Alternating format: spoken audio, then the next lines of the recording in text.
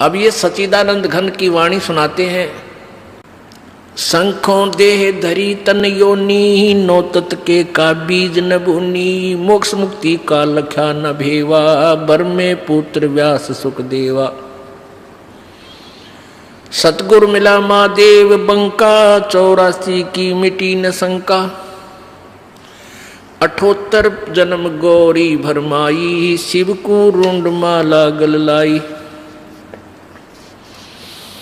अर्ध शरीरी देवी गौरा, जिनका थीर भया ना भौरा, नारद मुनि उपदेश बखाना, गिरजा सुनो मोक्ष पद ज्ञाना।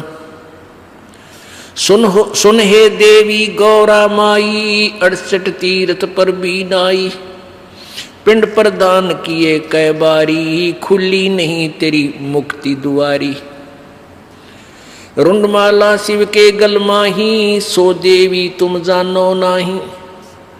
रुंडमाला इसने कहे, इसके ऊपर ये खोपड़ा बच जाता है, इसको रुंडमाला कहें, शीश। रुंडमाला शिव के गल माही, सो देवी तुम जानो नाही। तुमरा देवी रूप विशाला, शिव तो पैर रहे रुंडमाला, परले शंख असंकों जाही, अमर कच्छ शिव कल के माही। अमर कच्छ शिव है अनुरागी, तुम देवी गौरी दिल त्यागी, मूल मंत्र नहीं नाम सुनाया, ताते कल्प होवे तेरी काया। अब नारद जी इंजेक्शन लान लाग रहा है कि तेरे को भगवान शिव जी ने दिल से त्याग रखा है और तेरे को ये मूल मंत्र नहीं बता रखा, उससे तेरा मोक्ष हो सकता है। महादेव देवन पति देवा, जाकी करी न गौरी सेवा। अब पार्वती जब ये कहने लगी कि हे नारद जी, ऐसा नहीं हो सकता कि भगवान शिव जी मुझसे कुछ छुपा के रखें, मैं नहीं मान सकती।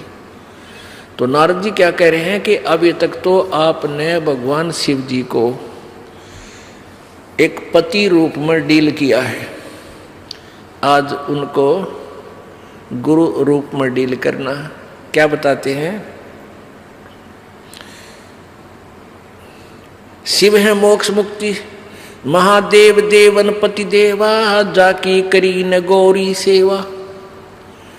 अब ये जो ज्ञान बोला जा रहा है ये पुराणों से है। अब ये जो सच्चिदानंद घन की वाणी यानी कबीर परमेश्वर की वाणी है जो गरीबदास जी बोल रहे हैं, ये गरीबदास जी की के सतर का ज्ञान नहीं है, जो पार्वती और नारद जी की वार्ता हुई वो बताई है। नारद जी को कितना ज्ञान है, ये शिव जी को महादेव और देवताओं के भी देवता मानते हैं, वो अपने सतर से बोल रहा है। यहाँ निर्णय आगे देंगे गरीबदास जी इसका। ये नहीं समझना कि इस वाणी में भी तो लिखा है कि महादेव शंकर भगवान को महादेव लिखा है, देवताओं का भी देवता लिखा है। ये उनकी वार्ता एज इट इज लिखी गई है। महादेव देवन पति देवा, जाकी करी न गौरी सेवा, कर बंधन कर शीस नमावो, तन मन अर्पो शीस चढ़ाओ। ओह, कि तूने ये अनमोल मंत्र लेना है। अब आपने उनकी सेवा एक गुरु रूप में नहीं की, अब तक पति रूप में डांट मारी है। और कर बंधन कर जो शीश निभाओ, ओहे हाथ जोड़ के शीश नमाओ, और तन मन अर्पो शीश चढ़ाओ। शिव है मोक्ष मुक्ति के दाता, तासे भेद कहूँ गौरी माता, चरण गहो चिंतामणि केरा, ताते प्राण अभय हो तेरा। कमल रूप देवी दिल कीना, नारद मुनि उपदेशी चीना, जद आए शिव मंगल अवधूता, देवी चरण लिए सतरूपा।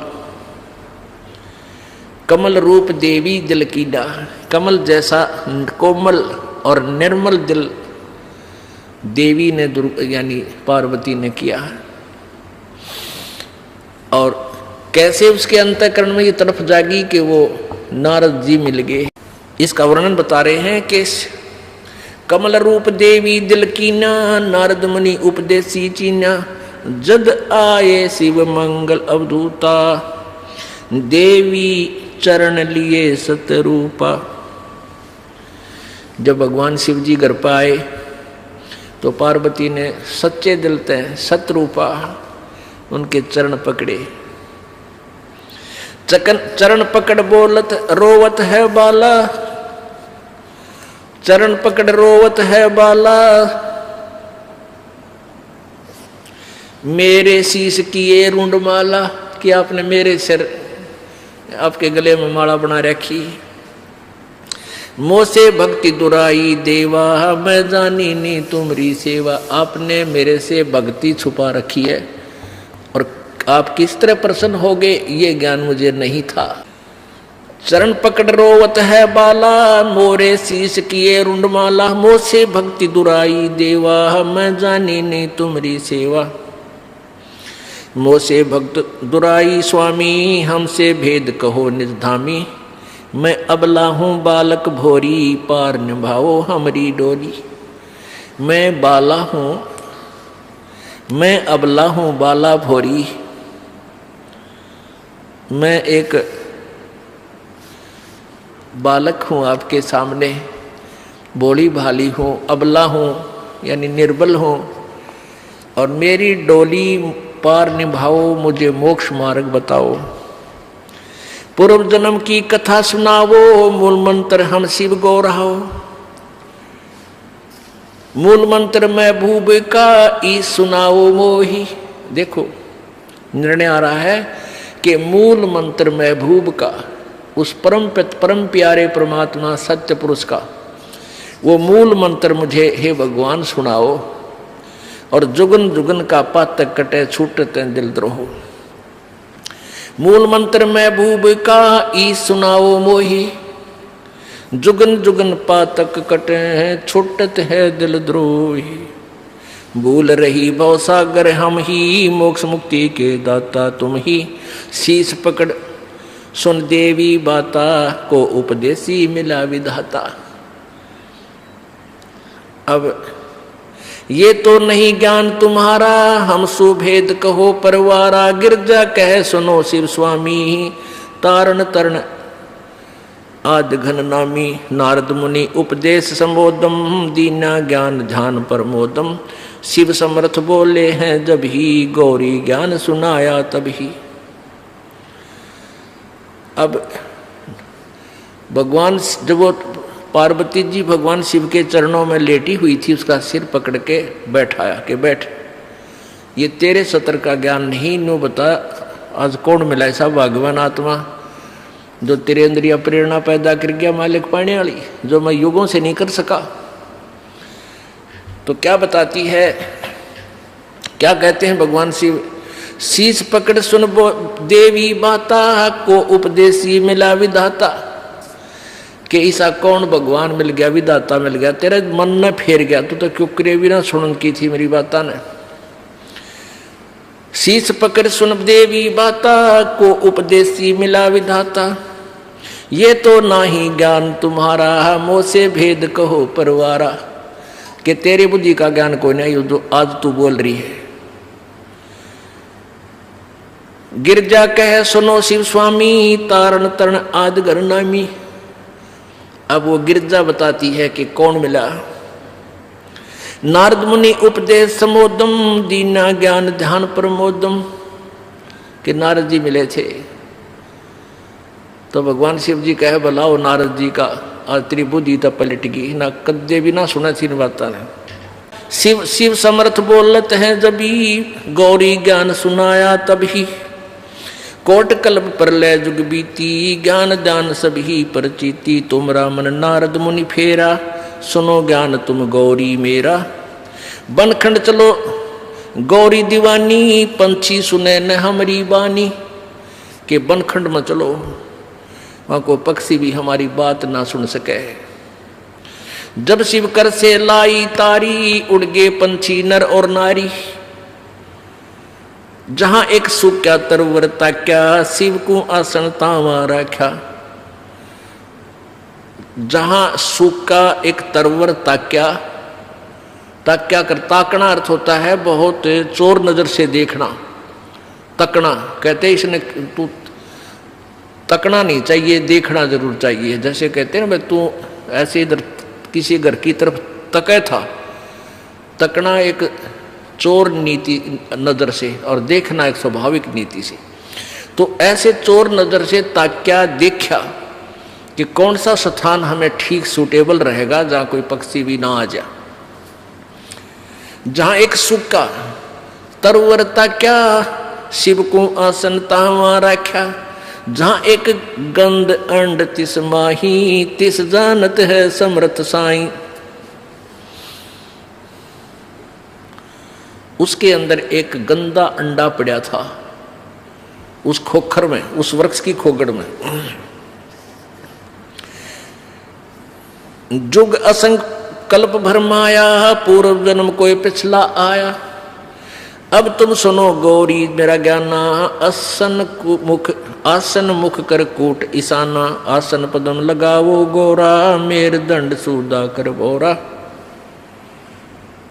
अब देखो कहां तक बता रहे हैं कि वो गंदा अंडे वाली आत्मा जो सुखदेव बना, कहते उसका असंख्य जन्म का कोई पुण्य कर्म आगे आ गया और वो गंदे अंडे वाली आत्मा में वो जीवात्मा पड़ी थी। अब ऐसा संस्कार होता है जैसे कई जीवात्मा गर्भ में मर जाते हैं माँ के पेट में, उनका ऐसा संस्कार था, वहां ही मरना था। ऐसे ही जब गंदा अंडा, वो गंदा अंडा था तोते का, वो गंदे अंडे में वो जीव था। पहले अंडे में जीव था, वो गंदा अंडा हो गया, स्वस्थ नहीं हुआ, रोगी हो गया। अब फिर भी वो आत्मा उसके चिपक रही थी, उसको अपना मान के छोड़ती नहीं जब तक कति नष्ट भ्रष्ट वो कति कंडम फोहा नीले रे त्रियात्मा ना मिले, तब तक उसका चिपकी रहती है। ऐसी वृत्ति हमारी काल ने बढ़ा रखी। अब ये फूल क्यों उठाते हैं? अस्थियां, अस्थियां जो व्यक्ति मर जाता है, मृत्यु हो जाती है स्त्री पुरुष की, तो उसको जला देते हैं, स्वाहा करते हैं हिंदू रीति में, हिंदू समाज में। तो फिर उसके वो अस्थियां क्यों उठाते हैं?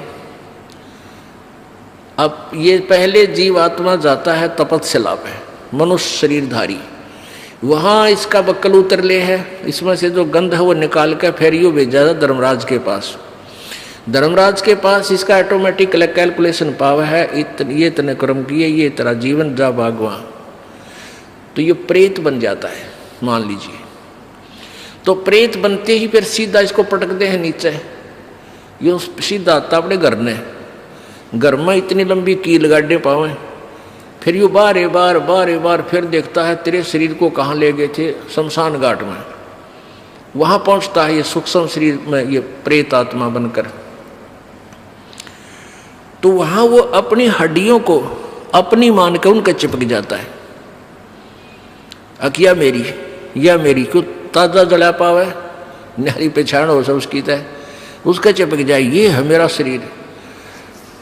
अब ये क्या करते हैं जंतर मंत्र करने वाले, ये सेवड़े शावड़े नालायक, ये उन अस्थियां उठा लावे, उन अस्थियां को चिपका हुआ आवे क्यों मेरी है मेरी है, फिर उसका करके जंतर मंत्र और फिर उसको किसी और में प्रवेश कर देते हैं, वह बिरान मट्टी उसकी भी और अगले की भी शुरू हो जाती है।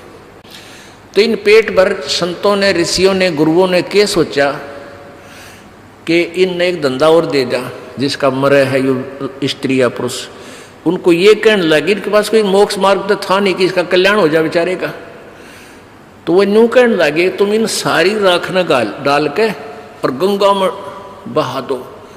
अब गंगा में दरिया में डालने पाछे वो कितना का कित जाएगा, उसका भूत ने बेरा पट्टा ना कौन सी तेरी थी, तो वो कहते यहाँ से चाल जाएगा कि तो और